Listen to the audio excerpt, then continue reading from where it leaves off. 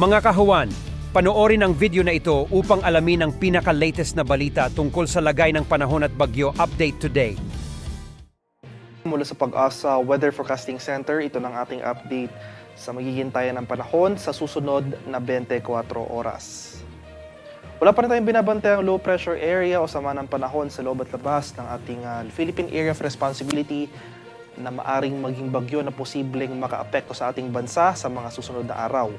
Patuloy ang epekto ng northeast monsoon o yung malamig na hanging amihan dito sa mga areas ng northern Luzon. Samantalang easterlies naman o yung mainit na hangin galing sa Karakatang Pasipiko ang weather system na umiiral sa nalalabing bahagi ng ating bansa. Dahil sa amihan, makakaranas pa rin tayo ng mga kaulapan na may mahihinang pag-ulan sa eastern sections ng northern Luzon. Samantalang for the rest of the country ay maaliwalas sa panahon na ating inaasahan. May tsansa pa rin ng mga light rains o pag-ambon na dala ng amihan sa malaking bahagi ng northern Luzon. Samantalang tsansa naman ng thunderstorms o yung mga biglaan at panandaliang buhos ng ulan ang ating posibleng maranasan sa nalalabing bahagi ng ating bansa.